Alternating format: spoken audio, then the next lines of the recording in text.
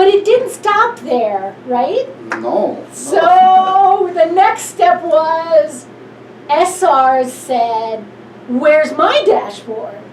Yes. Was it the SRs or was it the PR said to you, I need something so these SRs report better? Which was it? Which was pulling and pushing?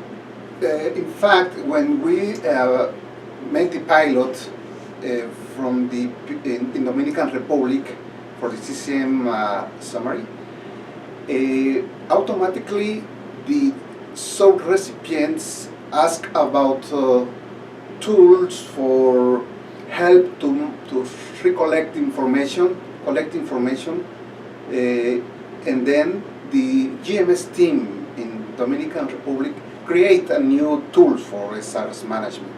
So, but it's the PR who push to SR to create a new tools. This specific tool was born in our first version in 2014 when we were doing the PR dashboard pilot in 6 countries, and I was part of the team that was doing the pilot in the Dominican Republic.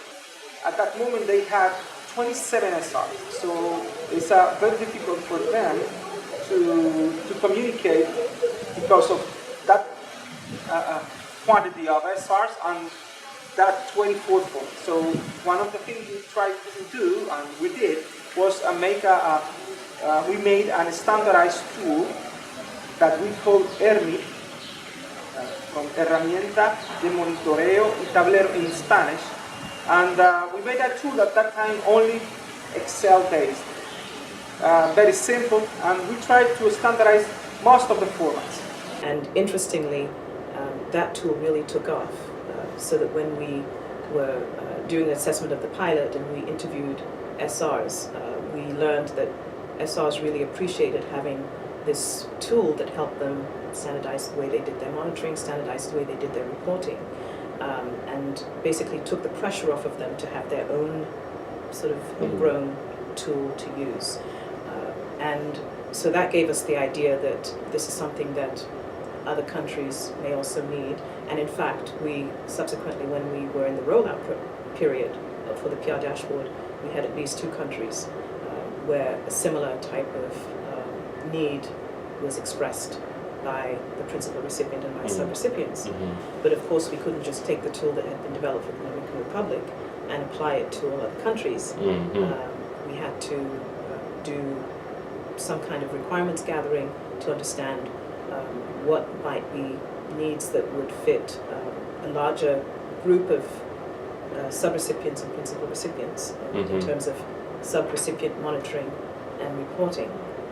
We interviewed some PRs in different countries as well as the SRs from the principal recipient's point of view and the SR's point of view. That feedback was very important for us because we discovered that something was very important for them and we did not consider, and something were not so important and takes a lot of time, so we changed it, as well as in the SR part. The SR discovered that they need more information, and we included in the tool a lot of graphics that let them understand how each indicator is achieving or not their targets, the budget, how are they expending all budget for indicators and activities. And it's very important that we discovered together that it's not only a report tool, it's a management tool. So they will be able to identify situations early. But so this continues with the same basic notion that each part of the implementation, each implementer in the Global Fund world needs their own information, needs their information formatted in a way that is useful to them for their purpose. So SRs are managing themselves and sub-recipients, but they need to communicate to the PR. The PR is managing the SRs and themselves, but they need to Exactly. communicate to the CCM. Exactly. The CCM needs to understand all the grants, so they need a different format. And I certainly, in the beginning, we never thought there would be 3 or 4 different things, but now it Yes. makes sense, because each one needs their own information and they need it displayed Yes. in their own way. And it didn't stop there, did it? So now, let's talk about inventing the regional dashboard.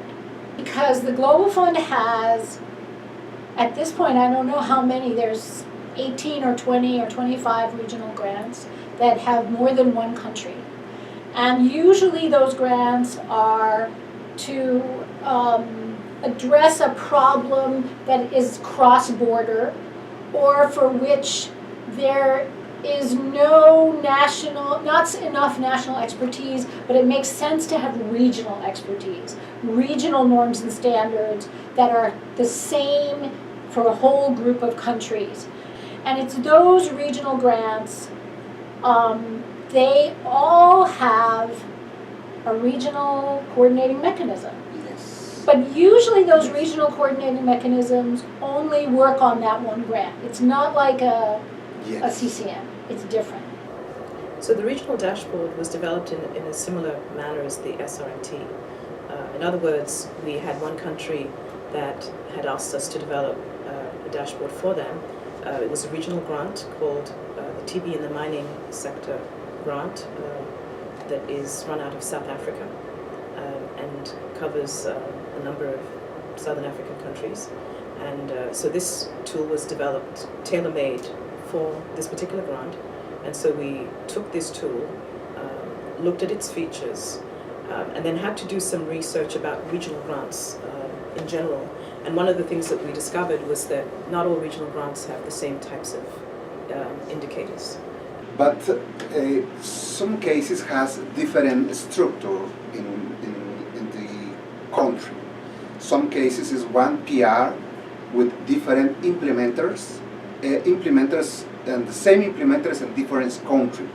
The structure is complex in some grants. Another is more simple.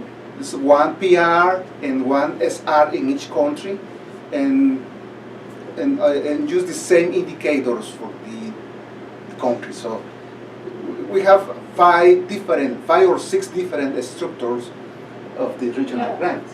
In South Africa, the PR has several SRs that we call implementers, and each implementer have to do the work or activities in several countries. It means that the same SR will have to implement in more than one country.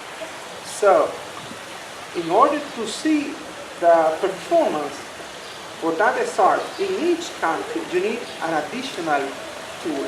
You won't have that information with the peer dashboard alone. In South Africa, we work together 2 products, the PR dashboard and the regional dashboard. So the regional dashboard, we propose one design. We propose the first design with map, with indicators, with financial, with comparative by country, and PSM. So we propose this first dashboard, and then we receive feedback from the management, for the general management, and for the different level of the people.